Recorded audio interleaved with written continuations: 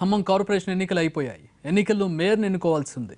Mayor ఎన్నికకు ఏకపక్షమే అయితే deputy mayor ఎన్నిక మంత్రి తల ప్రాణం మీదకు వస్తుందట. ఒక్కో కులం మాకివ్వాలని డిమాండ్ చేస్తున్నాయి. ఖమ్మం నగర కార్పొరేషన్ గులాబీమయమైంది. ఖమ్మం జిల్లాలో పార్టీ ప్రభావం తక్కువగా ఉందని ప్రచారం ఉన్నప్పటికీ ఏకపక్షంగా గులాబీ పార్టీకే ప్రజలు తీర్పునిచ్చారు. గతంలో ఇక్కడ పార్టీ బలం లేకపోయినప్పటికీ 50 డివిజన్లకు గాను 34 డివిజన్లలో టీఆర్ఎస్ గెలవడంతో ఆ పార్టీ నేతల్లో ఆనందోత్సాహం కొనసాగుతోంది. ఎన్నికల ముందు పార్టీలోకి వివిధ పార్టీలకు చెందిన వారు పెద్ద ఎత్తున వచ్చి చేరడంతో వారి చేరికలతో పార్టీ బలపడింది. మేయర్ సీటు ఎస్టీ జనరల్కు రిజర్వ్ అయ్యింది.